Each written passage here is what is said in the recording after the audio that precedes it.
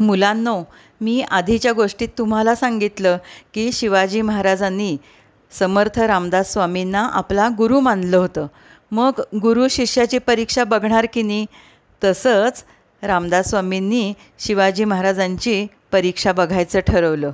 शिवाजी महाराज तिथून जात होते तेव्हा त्यांना काय दिसलं, तर रामदास स्वामी असे जमिनीवर लोळत होते आणि कणत होते की त्यांचा खूप काहीतरी त्यांना त्रास होत होता. म्हणून शिवाजी महाराज तिथे जवळ गेले आणि म्हणाले, काय होतं आहे स्वामी तुम्हाला?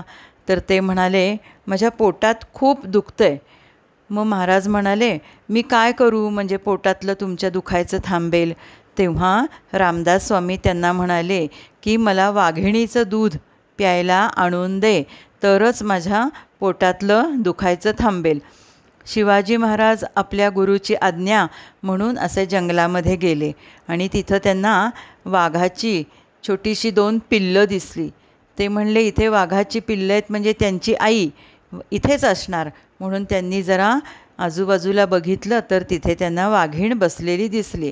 शिवाजी महाराजांना बघताच ती वाघीण, तिला वाटलं आपल्या शिकार करायला कोण आलं, आपल्या पिल्लांना कोणी न्यायला आलं का, म्हणून ती सावध झाली आणि महाराजांच्या अंगावर असा तिने पंजा उगारला.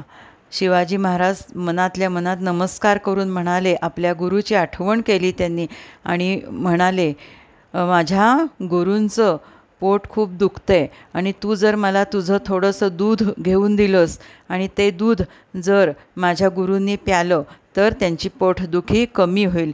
आणि काय असेल ते असेल, त्या वाघिणीने दूध काढून दिलं.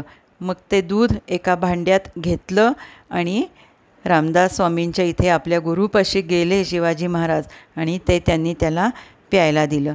मग त्यांना काय दिसलं, तर महाराजांचा अंगरखा होता तो फाटलेला दिसला, कारण तिथे वाघिणीने पंजा मारला होता.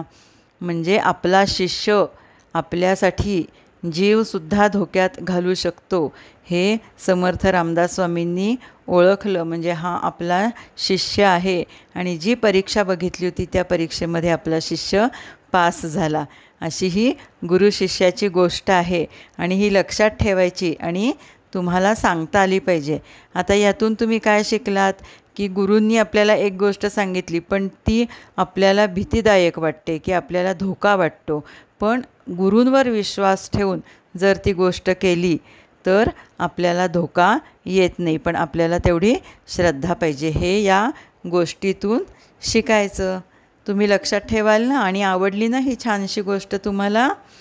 चला माझ्याबरोबर म्हणा, जय जय रघुवीर समर्थ, जय जय रघुवीर समर्थ.